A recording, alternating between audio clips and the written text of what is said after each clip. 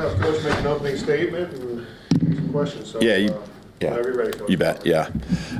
Just, I guess, first of all, just want to send condolences out to Leroy Jordan's family, with the passing over the weekend. And so, just, I know, a huge part of this program and the past here, and I want to send from our coaching staff and our team our condolences. And then just hitting up the injury updates, because I know you guys will ask on those. Jamarian Latham had a lower body injury. We'll see how he progresses. It'll be day-to-day throughout this week. And then Isaiah Horton, really proud of the way he fought through a lower body injury that he had, but just kept fighting through Saturday. Was certainly limited, still feeling that a little bit, but he just continued to compete. And he's someone that, it doesn't surprise me that that's what we saw, but we expect him to be full go by the end of the week. We'll build up, as he can tolerate here early on. But Ryan, we'll go through the concussion protocol throughout the week. He'll have a day-to-day situation. Jaden Roberts, I think everyone probably saw last week, he was fully cleared.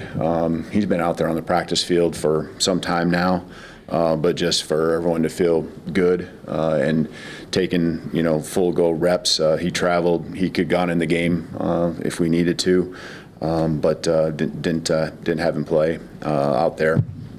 Tim Keenan will be week to week, just kind of moving forward, but he'll still be out this week. And then Jam Miller still week to week, coming along real nicely with his progression. So optimistic there here in the short future. Thanks, Coach. Let's start with Chase on the far left. I know most, if not all, coaching staffs, when they grade individual players, that they track loafs or instances of lack of effort. Did you see much of that when you looked at film on the defensive side of the ball? Yeah, there's, we were certainly disappointed in some effort situations that happened. I think they came in different ways, and some of it's just flat out got to pursue, got to get there, and it surprises you sometimes when it happens, especially with certain guys, because of the effort that they put in and day out. And I think there were some other things that come across as, hesitancy, as a way I kind of put it. And I think after the game, probably would follow that up and say that there was a couple times where we just got to be quicker to get to a spot and do our job, It might be setting an edge and just, again, hesitant with the communication, kind of confirming, or just, we believe and have that confidence in what we're doing. There really wasn't much. It was really, I think I spoke maybe that there was a couple looks that we hadn't really practiced. Well, I don't really feel like there was really that at all. After watching the film, I thought we did a good job preparing. I thought the guys had a great week. Now you just got to, translate the numbers that you see on the football field that were in different jerseys. And believe that scheme, those X's and O's that you saw in your week of preparation is who it is in a Florida State uniform. And, I think you saw it as the second half went along. They started really kind of getting into it, but it was too late. It just put us behind the 8 ball.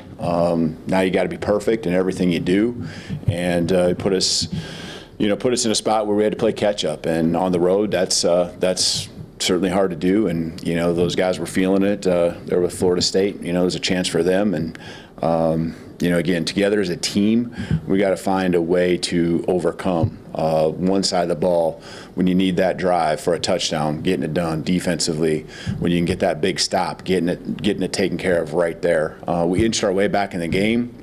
That's what you got to do when you have a 17-point deficit. Again, we shouldn't get to that spot, but inching our way, something that we did better than I felt in the offseason. We've talked about, the Oklahoma game last year and how you got to try to get 7 points and make it close and put some pressure on them. And we were right there, 24-17. Really, we should have the ball 3rd and 11, on defense with 9 minutes to go. And, just how far we had come in that probably previous 10 to 15 minutes of the game, I'd have felt like, man, this thing's going to happen, and that there's a real belief and confidence that I think was building on the sideline. So we just got to finish. You got to get the stops. It comes back to just that effort, but it has to happen from the very first play. Go to the far right side of Charlie. You're kind of sticking with that. When you say you're surprised by some of the lack of effort or intensity from players you're not expecting that from, what do you do to kind of combat that moving forward? Yeah, I mean, these guys, they're great kids. They got high character. They believe they want it bad, and so it's just showing them, and a lot of times they already know, and making sure that we continue to be intentional. That's a word that I use a lot, and it's going to be something I use a lot more this week again. Just be intentional on what we're trying to accomplish with quality reps, and making sure that every rep is done at a high level from, the effort to the execution. Stay in on the right side. We'll go to Nick.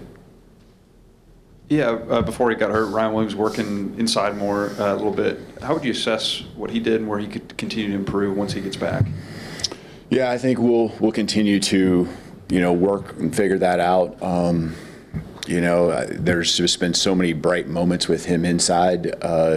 He never really got going, in the game before getting hurt. And so, we'll continue to have to make sure we're moving him around. And, last year had a great season, and a good foundation as far as us understanding what he can do on the outside. We really felt like what we had seen, especially in the fall, limited practices in the spring, but in the fall, really liked how he could get matchups in our favor and really pose some problems. You can get him from one side of the field to the other. You can get him deep. You can get him, out in the flat quick. And so there's a lot of different directions he can go. Get the ball even in the run game a little bit. So we'll keep assessing that. As we go through here, and this week will be a little trickier again with him getting limited opportunities, but that's going to allow someone else to step up and us kind of continue to figure out the dynamics of how we feel best with our receiving core and the people that should be out there in those spots. Let's go to Mike on the back left. You mentioned the great week before the game. Just how much do you self-scout the preparation before games, and are there times as a coach where maybe you notice during the week that things might not be going the way that you want them to? You said, what do you mean, great week? A great week. You said a great week of preparation. For this week, you're saying, or are you referring to last going week? Going up to Florida State before that game. I said that? You said that, yeah, before. Oh, just, yeah. Okay, all right. Yeah, I mean, I think our guys did. I mean, defensively, I felt like that we were pretty honed in. Gone back and actually looked at the practice film on some of the reps that we took that were pretty much identical to what we saw, and just trying to figure out, why were we one step or why was our communication just a little bit slower? So it's just, again, these guys have already shown me yesterday how bad they want it and how they're going to respond. And so, I really feel like the tone in the locker room after the game, at least from my standpoint, and how I can address the team is completely different than it was a year ago. And so, we don't need to speak in those terms, but it feels different. There's more of a, just flat out upset. I can use a lot of different words to explain it, but this, really upset about how it went. These aren't learning moments anymore. This is us and our program. And, again, we understand the situation we've put ourselves in and that we're in. But it is a long season. And, let's take care of business this week. And then that's going to set up the next week. And then we'll worry about that. That's been our philosophy all along, but we really got to live it now. Go to Colin, front left. Hey, Kalen, you talked a little bit about Ty's performance post-game, but I'm curious. He said he called every drive after the first one, he said the offense played complacent. And I'm curious to see a guy after his first start make those kind of comments. What does that say about who Ty is and how he kind of runs this offense? Mm-hmm. Yeah, I didn't hear those comments. I guess just, I guess the only thing I can look into is that human nature is that when it goes well on your first drive and you end up in the end zone, that there's something internal, right? It's just human nature. But I also know that we challenged the guys that it was a lot of work to get the ball down the field. It took 9 minutes, And that, as great as that was, and man, that's awesome. Like, to take that much time off the clock, keep their offense off the football field, that's what you want to do. That you had to put play after play after play. I believe it was 16 of them together. And so I guess to me, we went out there and executed a lot of drives. We just have to do a better job of sustaining it. And if there's a complacency, I guess maybe not taking for granted that, you get down into their territory, that it's automatically going to happen. You got to make it happen. You got to do it, and we got to do it. And so I guess if I'm really reading into what he's saying, it's that you got to finish. You got to do it. No one else is going to go out there and magically put it in the end zone for you. Go to front right, Kennington. Eight penalties on Saturday. That was something that also hurt the team a year ago. What has been the strategy to eliminate those penalties? And now that you're into the season, what's the thought process of how to correct that trend? Yeah, I mean, there's a lot of consequences that go along, especially the foolish penalties. The ones that happened after the whistle and things like that. So that will continue to be the case. There's just got to be better judgment when we get in those spots. And that the quarterback's going to be protected, and you can't live in the gray area. And all offseason, that was a point of emphasis. We can't afford to have every guy have his one-off time to where it's like, okay, that was his mistake. Next game it's a different guy.